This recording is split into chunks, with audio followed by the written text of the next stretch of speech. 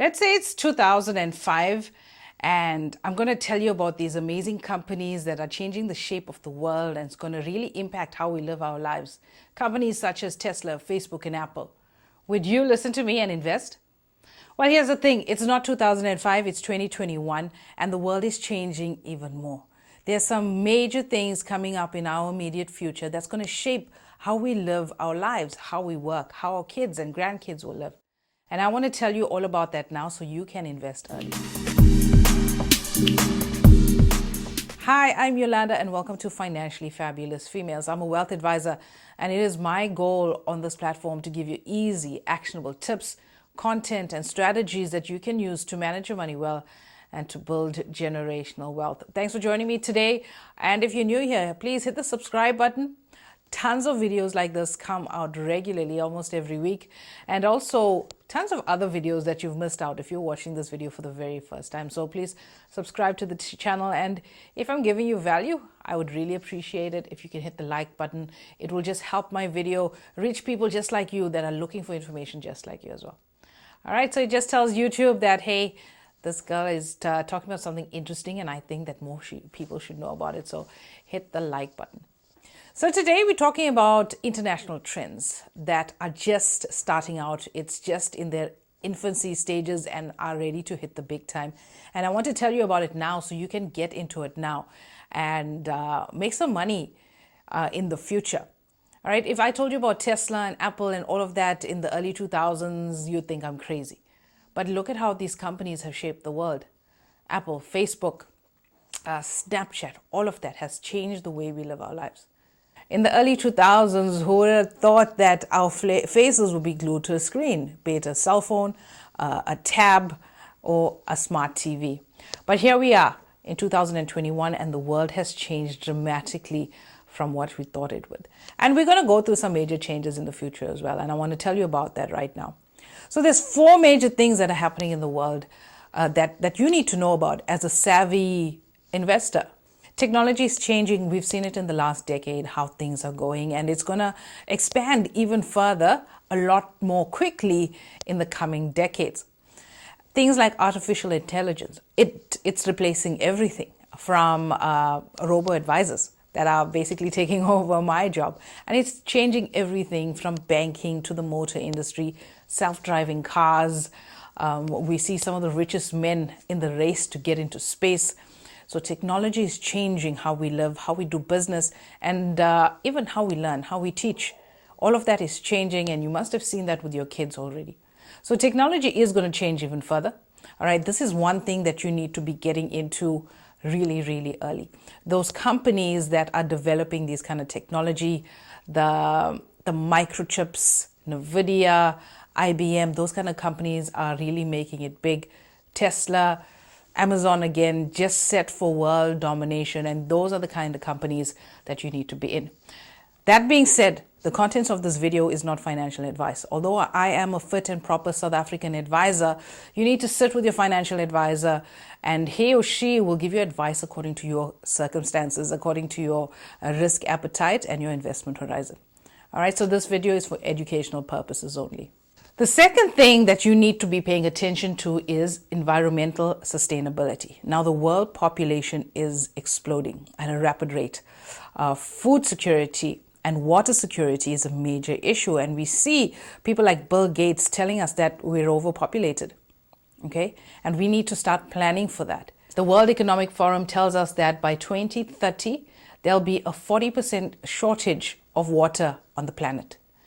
And with the rapid rate of population increase on the planet right now, where does it leave you? There's a race for water security. In fact, was it a James Bond movie where the focus was on one company just dominating the water supply? The third thing is future healthcare. And I know we're in the middle of a pandemic and you've seen the race for vaccines. Pfizer versus Johnson & Johnson versus AstraZeneca. Then you've got Sputnik. Then you've got the Chinese. All of them are racing against each other. So medicine is a place that you need to be investing in, not just the development of vaccines, but patented technology. Things like essential organs, where you have to get into a waiting list to get a replacement heart, a replacement kidney. These organs are now being grown, synthetically grown in a lab, where the tissue is taken, it's reproduced, and fully grown organs are grown in a lab. In 30 years from now, this technology is going to be available to everybody really cheaply, extending our lifespans. And obviously, as always, it always goes to the rich first before it becomes more affordable. But this kind of technology is available now. And the fourth thing that you need to be paying attention to as an investor is New Age thinking. So here's the reality. The millennial group, born from the 90s, they are the biggest consumer market currently. And technology and products and services are going to be developed more suited to that kind of market because they are the most economically active and they are the biggest consumer group. And we're going to find the various technologies, various products all aimed at them. So us older folk, I don't know if I'm considered a millennial still, but the older folks are going to have to adapt to meet these kind of new age thinking. And remember, with millennials, they spend a lot of time online. We'll see things like online shopping increasing rapidly.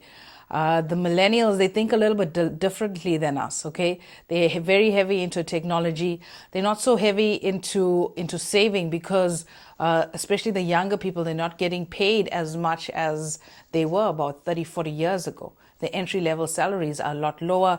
They are less likely to own a home at a lower stage.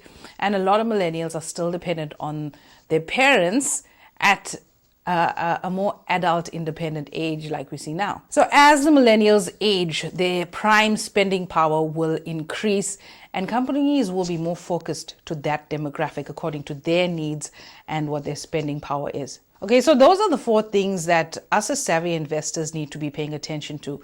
Be looking at those kind of opportunities that come our way to invest or even start businesses in those kind of arenas. But if you want to take a passive approach and start investing in those companies that are already set up, you are able to do that. And specifically, I want to talk to you about environmental sustainability because the others are equally important, but this one hits home a little bit differently.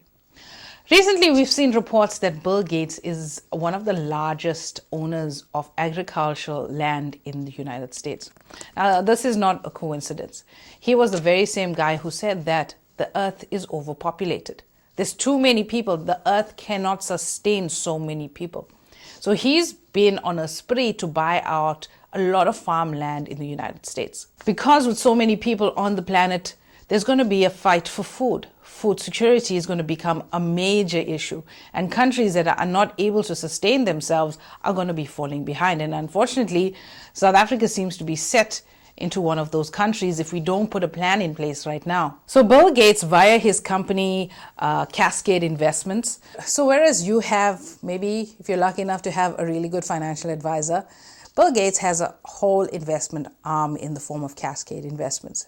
And they are making major purchases into land in the United States. Also via the Bill and Melinda Gates Foundation. I'm not sure if that's still a thing, but they've accumulated a lot of land themselves, also in his personal capacity. How do you go from being a tech guy to an agricultural owner? You know, the shift is not there. So he is somebody who's investing in food security. Because while it might not be a thing now in the middle class or the upper class, it's a reality for the really poverty-stricken people in our country and even on the continent and other parts of the world. And slowly, as food becomes more scarce, it's going to creep up into the middle class, all right? And then we're going to feel the pinch. And with food security comes water security, because the reality is if you're growing food, be it vegetables and fruit and even animals, water is a major part of that. They all need water to sustain themselves.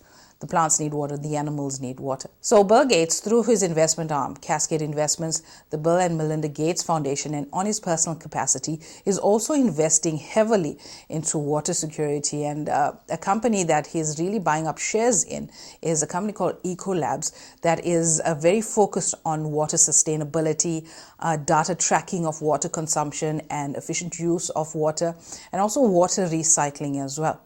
So these two soon to be major crises work hand in hand, and Bill Gates is a man who's putting his money in that kind of industry, and you should be as well. So the men who predicted the 2008 crisis, which started off in the United States with the housing crisis that spilled over to the stock markets, and then the crisis just went global. We've all felt it. That guy was Michael Burry, and there's even a movie that was based on his experience and how he predicted this crisis. It's called The Big Short. If you haven't seen it, go and check it out. It's a really brilliant movie that will put a lot of things that I'm saying right now into a far greater perspective. So Michael Burry is very heavily invested into water security, not just physical water, but farmland that is water rich. So the World Economic Forum is telling us that by 2030, there's going to be a 40% water shortage to meet the needs of the world population. These are the big wigs that are investing heavily into water. But here's the reality of how important water is to our basic survival. It takes 628 liters of water to produce 1 liter of milk. It takes 1,890 liters of water to produce a half a kg of chicken. It takes 132 liters of water to produce a cup of coffee. All right, and I know you're thinking you're just boiling a cup, or maybe it's 250 mils, but what we're really counting here is from pre-production, from preparing the soil to growing those plants, to maintaining those plants, to picking, to processing, to packaging, to shipping, to logistics, to buying, that entire supply chain. This is how much of water it takes to make 1 cup of coffee. All right, and I know these numbers, we haven't heard it before, so if you're getting value from this video, please subscribe to this channel. Tons of videos like this available now, and for sure we're going to be producing more like this in the future. We'll be talking about all 4 of these trends, and you can catch the playlist there. So that's what it takes to produce our meals on a daily basis. And if you're having 3 meals a day, you're having 4 or 5 cups of coffee a day, how much water goes into preparing all of that just for you? So water scarcity is a thing. We need to be paying attention to it. And I hope by these numbers, I'm going to be motivating you to take some action into basically living a lot better, being more wise with water, but even more importantly, to make those investments now, because water is a scarce commodity. If you don't see it now, in the next decade, it's going to become very, very scarce. And I want you to invest in it now. So when that need does come, you're going to be invested and getting some good returns. So we spoke about agriculture and we spoke about water. But here's the thing, 70% of agriculture is dependent on water. Okay, so you see the link now between water supply and food supply, and why we need to be paying more attention to both these industries. Another key thing that Michael Burry's company, Scion, is investing in is almond farms. I know it sounds strange, right? Almond farms, but almonds are expensive. If you buy almonds by the kilo like I do, you're paying 100 and something a kilo. And South Africa is one of the more cheaper areas. Overseas, it's really, really expensive. The United States produces anywhere from 70 to 80% of the world's almonds, and it mostly happens in the California region. And Michael Burry's company is investing heavily in farmland in that area. It takes 37 liters of water to produce 1 almond. I mean, like 1 single almond that size, 37 liters of water. And if the water is becoming scarce, and it's going to become an even more scarce commodity in the future, pushing up prices, the price of 1 almond is going to increase dramatically. And if you look at the products that come from almonds, it's crazy. Almond milk as an alternative to cow's milk, which needs over 1,800 liters to produce 1.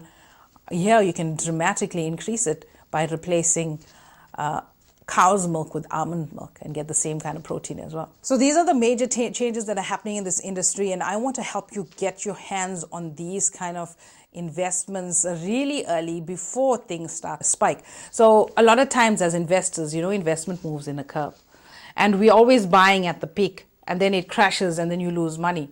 But where we are now, we're at the bottom. We're at the bottom and it's ready to take off, and this is where you want to get in, and when it takes off, that's when you're going to get money and make a decent profit. But here's the thing, it's water and it's food, and the population is growing dramatically, so it's going to be taking a long time before it drops again. So if you're ready to get into this kind of investment, please click the link down below, the Get Started button, And I want to talk to you a little bit more one-on-one on how these kind of international trends can be reallocated into your investment portfolio so you can see some good results in the next decade or so. So as the world population increases, we see these companies, they're going to be working a lot harder to meet the needs of the planet, and they're going to need a lot more research, a lot more development, and they're going to be raising funds for that. They're going to be expanding their operations, so they're going to be growing at a rapid rate. So you got to be invested in these companies really early. So if you're ready to talk a little bit more about investments into environmental sustainability, click the link down below. I am ever ready to speak to you one-on-one.